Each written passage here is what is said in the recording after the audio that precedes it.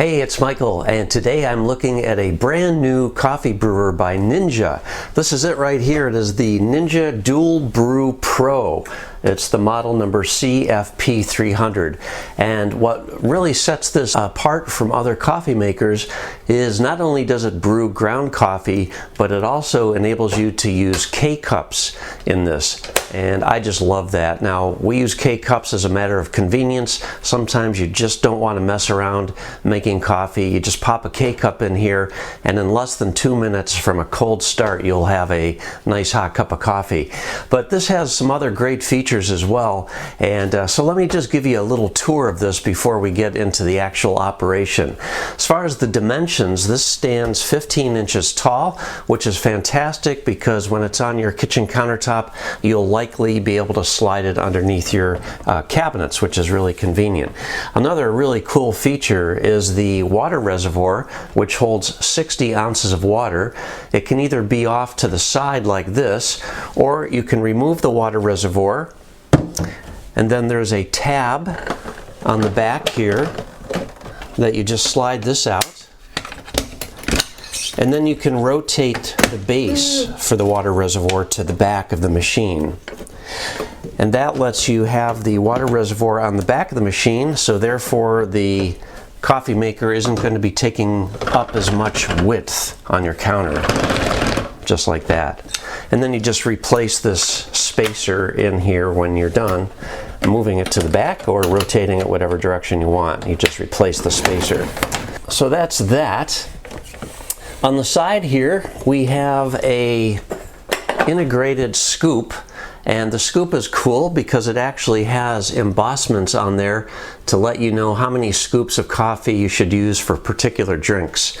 And that's really good if you can ever remember, well, am I supposed to use 2 tablespoons or 3 tablespoons?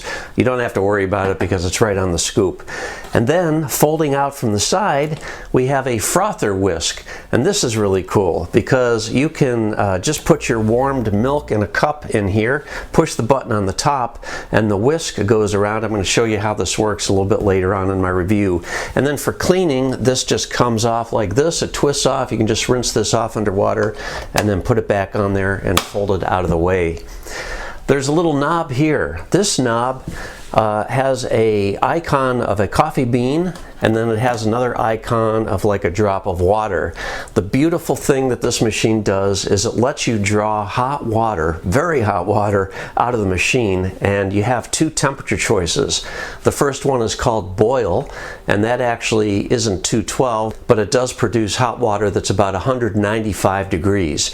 And then in the hot setting, that comes out at about 165 degrees. This is really convenient for making tea or hot chocolate if you want to use hot water for your hot chocolate.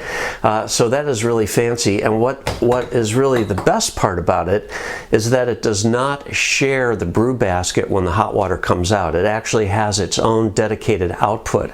So the great thing about that is your hot water is not being flavored by the coffee, which is what would happen in my old Keurig. If I wanted to get hot water, it could dispense hot water, but it came through the brew basket and the water ended up looking like weak coffee. It was really crazy. So this solves that problem, and you get really hot water with this, and it works great. You can actually make a full carafe of hot water. You can make hot water in increments of 17 different sizes, starting at 2 ounces and going all the way up to 60 ounces. Again, I'll show you how that works in just a moment. Another great feature is it does have a drop-down platform here. So if you're just brewing a single cup of coffee, and you can brew just a single cup of coffee, not using the Keurig, but using ground coffee, which is fantastic. And you can make a hot cup of coffee in less than 2 minutes. And that's the tray for that. If you have a travel mug and you want a larger cup of coffee, you just flip the platform up, and then you've got almost 9 inches here. Then on the front we have this really fantastic display. This is a touch display. When it's off, it is always going to be displaying the current time. But you just touch it to turn it on, and this is the other functions that are available. Now this water temp button here, it has boil, and hot. And as I've said, boil gives you water that's about 195 degrees, and hot will give you water that's about 165 degrees, and it has its own dedicated output under here, so it's not being flavored.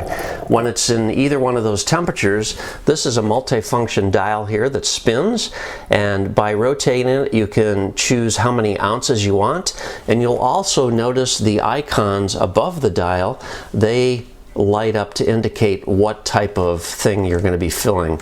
So all the way to the left, counterclockwise, is a coffee cup, and then you have a large mug, and then you have your travel mug, then you've got a half pot of coffee, full pot of coffee, all the way up to 60 ounces for the hot water. Then we have a delay button, delay brewing. If you're making coffee, we move this dial over here to the coffee bean. So now we're in the coffee mode.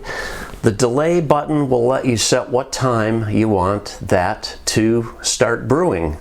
So you just set it to whatever time you want. I have mine set to 6:45, and if that time is good for you, you just push it, and then you can set your minutes, and then you can set your size of what you're going to be brewing. Over here we have the brew style. We have 4 choices over here: classic, rich, over ice, and specialty. Now specialty is always going to dispense 4 ounces. The reason for that is it's going to be a little more concentrated, and it is intended to be used if you're making specialty drinks like a latte or a cappuccino. Classic is just your basic drip coffee maker. One of the great things about this is it does pre-infuse the coffee grounds with hot water before it actually starts brewing. It'll dispense some hot water in there, and then it just sits, and then the brewing actually starts. That is a nice feature. Then we have the rich mode. The rich mode basically reduces slightly the amount of water that goes through the grounds, giving you a richer coffee experience.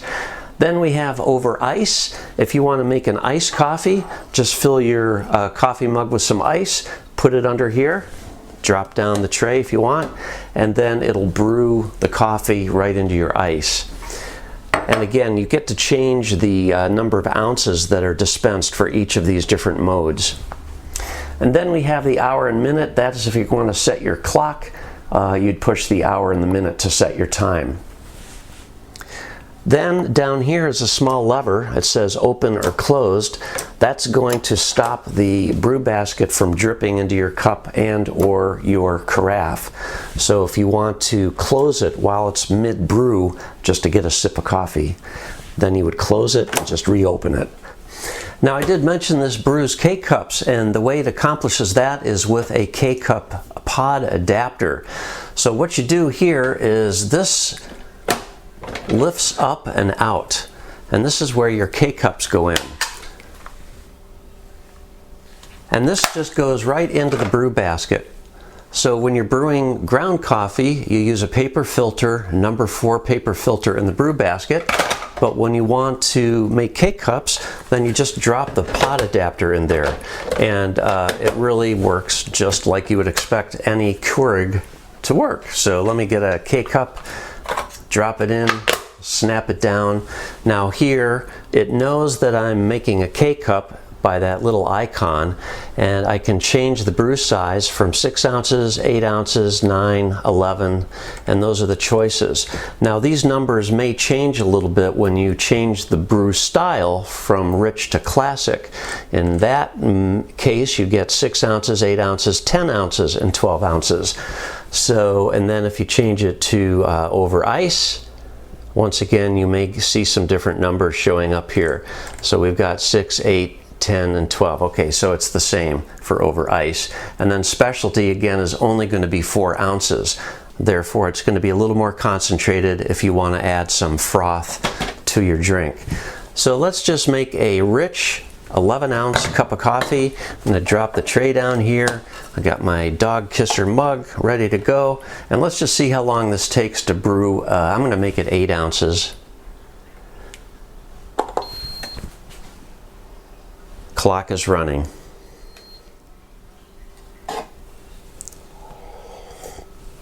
Delish. And then you just remove your K-cup when you're done. Now you notice the old K-cups, Keurig machines would only punch one small hole in there. The newer ones put actually 3 holes, and the advantage there is it distributes the water more equally as it's going through your K-cup, and it really does improve the taste of the coffee, in my opinion. Alright, so to make a brewed coffee, what we do is we have to take out the pot adapter. So we just slide this from the lock position to the remove position, and then it just lifts straight out. And then we need to get a paper filter for our brew basket. So let's get a paper filter. This is a number 4 cone filter. I prefer to use unbleached filters. And I don't know if y'all do this, but you technically are supposed to fold the filter just along the edges here, and that just makes it fit in your brew basket better. And apply the filter into the basket. And then ideally you want to use fresh ground coffee, but most of us probably have our own preference. It tells you how many scoops to use for a cup. It says 2 to 3 scoops of the small ones, so I'm just going to put 3 good sized scoops in here. And then put the thing back on the side here. Get another mug. Slide this closed. Again, we get to choose what size we want. I'm going to choose rich style, and I'm going to make this, let's make this 10 ounces and see how long that takes. And there we have our cup of coffee. Now, if you want to make a froth for your coffee, so I have almond milk here.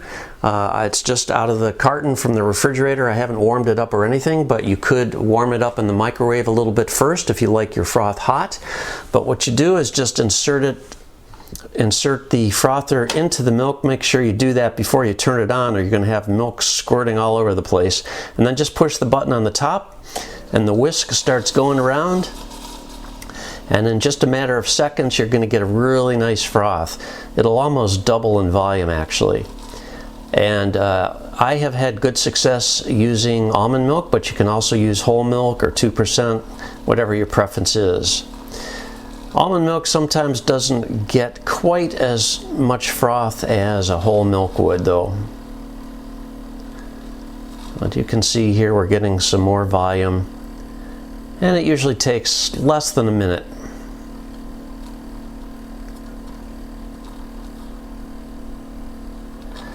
When you get the froth to the level that you like, you can just stop. This hasn't gone really that long, but we do have a little bit of froth here. Just pour that into your drink. And there you go. Whoa.